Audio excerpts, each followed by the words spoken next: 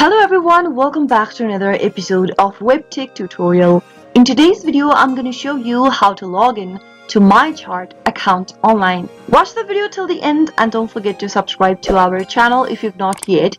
Press the notification bell so that you'll never miss another upcoming upload from us. MyChart is an online portal connecting you with health management tools and your medical records whenever you need them. To log into your existing account, go ahead and click open a web browser. In the web address bar, type in www.mychart.ca and press enter on your keyboard. Doing so will take you to the official web page for MyChart, which looks like this. Go ahead and select your preferred language from the top of the screen and then type in your username associated with your account in the first text box. If you don't have a username or if you've not registered for the account, you can click on the register button and follow the instructions to register yourself first. Once you've registered yourself, you can log into your account anytime you want. After entering your username, on the next field you'll need a password. If you don't remember your password, click the Forgot Your Password link, or if you've forgotten your username,